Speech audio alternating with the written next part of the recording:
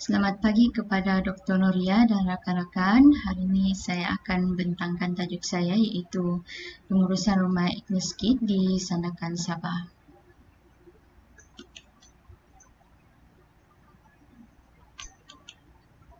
Dalam bab 1, pernyataan masalah. Yang pertama, masalah rumah Agnes Kid sebagai warisan semakin dilupakan oleh generasi baru. Yang kedua, kurang penekanan mempromosikan warisan bersejarah iaitu rumah Agnes Kid kepada masyarakat luar mengenai bangunan bersejarah di Sandakan Sabah. Yang ketiga, rumah Agnes Kid di Sandakan Sabah menghadapi masalah dalam pemeliharaan dan pemeliharaan bangunan tersebut kerana rumah telah terbiar dan hampir musnah semenjak penghuni rumah meninggalkan Bandar Sandakan. Dalam objektif kajian, yang pertama, mengenal pasti penyebab utama rumah Agnes Kid di Sandakan Sabah semakin dilupakan oleh generasi pada masa kini. Yang kedua, mengkaji penekanan yang perlu dilakukan untuk mempromosikan rumah Agnes Kid di Sandakan Sabah kepada masyarakat dalam dan luar negara. Yang ketiga, meneliti cara pemeliharaan dan pemeliharaan rumah Agnes Kid di Sandakan Sabah. Soalan penyelidikan. Yang pertama, apakah penyebab rumah Agnes Kid di Sandakan Sabah semakin dilupakan? Yang kedua, apakah penekanan yang perlu dilakukan untuk mempromosikan rumah Agnes Kid di Sandakan Sabah? Yang ketiga, mengapakah kaedah pemeliharaan dan pemeliharaan penting kepada rumah Agnes Kid di Sandakan Sabah? Seterusnya, kerangka konseptual dan teoretikal penyelidikan. Yang pertama, penyelidik telah menggunakan rangka konseptual seperti pengurusan. Pengurusan adalah satu aktiviti perancangan dan pergerakan oleh perusahaan atau organisasi berhubung. Hal ini kerana penyelidik melibatkan kajian mengenai pengurusan di rumah Agnes Kid di Sandakan Sabah. Yang kedua, warisan budaya. Warisan budaya merupakan peninggalan artifak fizikal dan tidak ketara kepada masyarakat yang diwarisi sejak zaman dahulu. Dengan itu, penyelidik menggunakan konsep warisan kerana rumah Agnes Kid merupakan bangunan yang bernilai dan hasil seni iaitu barang-barang antik yang ditinggalkan di Bandar Sandakan sejak tahun 1952 dan telah dibaik pulih dijadikan tempat bersejarah. Dalam bab 2, sorotan kesusasteraan, literatur berkaitan. Yang pertama, rumah kelahiran Tun Dr. Mahathir Mohamad. Menurut Aziz 2020, rumah kelahiran Tun Dr. Mahathir Mohamad telah dijadikan penyimpanan koleksi-koleksi barang lama dan antik yang digunakan oleh Tun Dr. Mahathir Mohamad dan diuruskan dengan baik supaya tidak berlaku kerosakan, kecurian dan sebagainya. Antara koleksi yang terdapat di rumah tersebut seperti pakaian, perabot, barang perubatan, barang dapur dan sebagainya. Yang kedua, Galeri Sultan Azlan Shah. Menurut Abbas dan Yusof 2017, galeri tersebut mempunyai peranan bukan sahaja untuk menyimpan barang bersejarah, artifak, gambar bersejarah, tetapi berperanan sebagai perakam pendidik budaya bangsa. Seterusnya, literatur kajian lepas. Menurut Sidong 2016, rumah Agnes Kid yang terletak di Sandakan Sabah telah menjadi kediaman konservator hutan dan ditinggali oleh Tom Bayles pada tahun 1968. Rumah tersebut telah meninggalkan kenangan seperti poskod bertarikh 1943 dan 2 anak patung yang dijahit oleh Newton dan pakaiannya ketika dalam tahanan Jepun. Bukan itu sahaja, didapati nota yang tersembunyi di dalam patung untuk bukunya bertajuk Three Cam Home dan masih disimpan kemas dalam peti kaca sehingga kini di dalam rumah tersebut. Seterusnya, menurut Fadli 2017, rumah Agnes Kid dibina berasaskan kayu dan memiliki keunikan seni bina. Menurut rumah tersebut masih mengekalkan konsep asal dekorasi rumah yang dilengkapi perabot zaman kolonial. Terdapat beberapa barang antik seperti pasut, tembikar, cawan, peti ais, mesin jahit, mesin taip dan lain-lain lagi. Manakala dinding rumah dihiasi mengenai Agnes Kit dan gambar keluarga serta pemandangan bandar Sandakan pada zaman dahulu. Selain itu, rumah Agnes Kit mempunyai ruang tamu dan dapur yang sangat luas dan tingkat atas iaitu bilik tidur dan bilik tamu. Dalam bab 3 metodologi penyelidikan, kaedah penyelidikan, penyidik menggunakan kaedah kuantitatif, mengedarkan borang soal selidik berbentuk Google Form kepada responden di lokasi yang telah ditetapkan. Borang soal selidik yang diedarkan berkaitan tajuk kajian penyidik iaitu pengurusan rumah Agnes Kit di Sandakan Sabah. Terdapat beberapa soalan yang telah dirangka oleh penyelidik mengenai rumah Agnes Kit di Sandakan Sabah. Seterusnya, reka bentuk penyelidikan. Reka bentuk penyelidikan merupakan pengolahan data yang dipungut berdasarkan perancangan khusus dan sistematik. Dengan itu, penyidik telah membuat perancangan yang teratur untuk mengutip data sebelum menjalankan kaedah kuantitatif melalui borang soal selidik Google Form.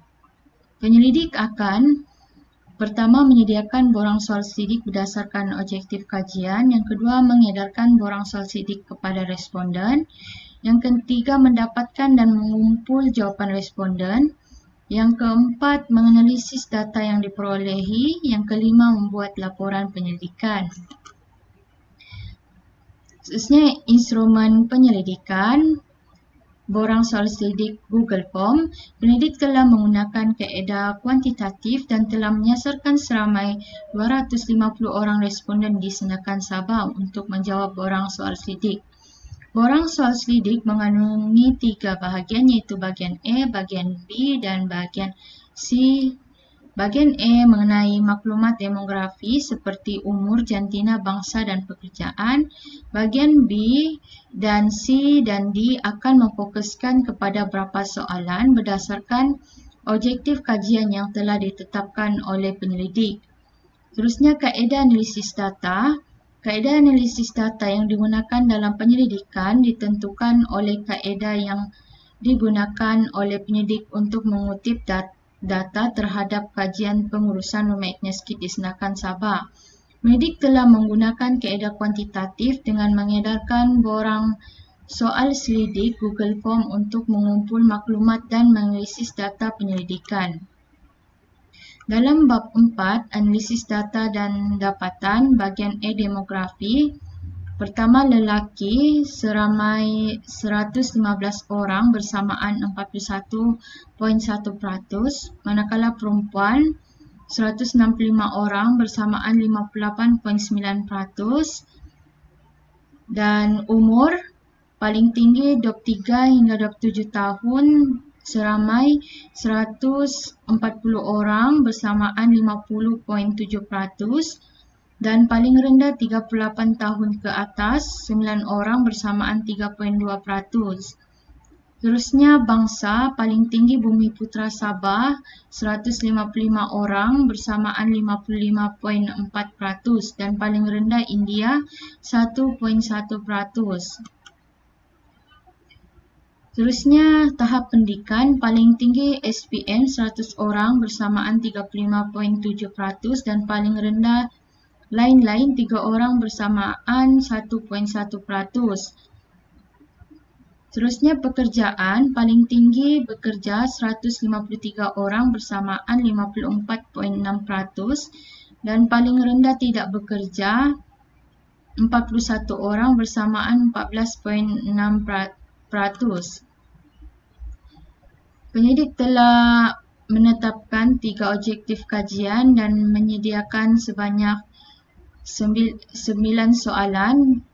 Pada objektif pertama, bahagian B, mengenal pasti penyebab utama rumah Agnes Kit di Sandakan Sabah semakin dilupakan oleh generasi muda pada masa kini.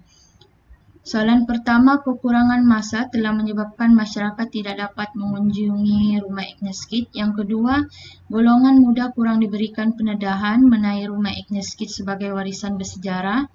Yang ketiga, legenda kisah seram yang ada pada rumah tersebut menjadikan masyarakat tidak berani untuk berkunjung ke rumah. Yang keempat, berbagai tempat menarik menjadi tumpuan kepada golongan muda selain rumah Agnes Kid. Yang kelima, rumah Agnes Kid lebih ramai dikunjungi oleh pelancong luar negara berbanding dalam negara. Yang keenam, generasi muda lebih terpengaruh dengan penggunaan telefon, komputer dan sebagainya. Yang ketujuh, pihak sekolah hendaklah memainkan peranan untuk memupuk minat dalam kalangan pelajar terhadap warisan. Yang ke-8, pada masa kini golongan muda lebih gemar melancong ke negara luar telah menyebabkan warisan bersejarah semakin dilupakan. Yang ke-9, generasi baru lebih tertumpuk untuk datang ke pusat beli bela berbanding mengunjungi tempat-tempat bersejarah. Objektif kedua, yang pertama, masyarakat setempat perlu membantu pihak pengurusan rumah Agnes Kid dalam mempromosikan rumah bersejarah. Yang kedua, penggunaan laman sosial seperti Instagram, Facebook, YouTube dan lain-lain. Yang ketiga, barangan antik milik orang British pada zaman dahulu merupakan salah satu faktor pelancong datang ke rumah Agnes Kid. Yang keempat, mengadakan pelbagai program untuk memberi peluang kepada masyarakat mengenali rumah Agnes Kid sebagai warisan bersejarah. Yang kelima, rumah Agnes Kid yang terletak di kawasan bandar, oleh itu pelancong dalam dan luar negara senang berkunjung.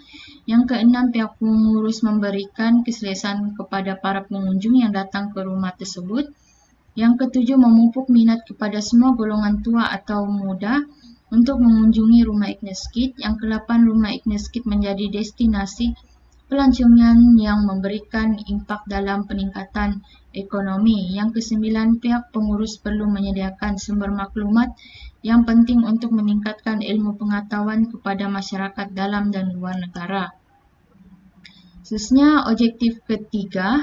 Yang pertama, barangan antik perlu dibersihkan dan dijaga agar nilai estetiknya tidak berlaku kerosakan.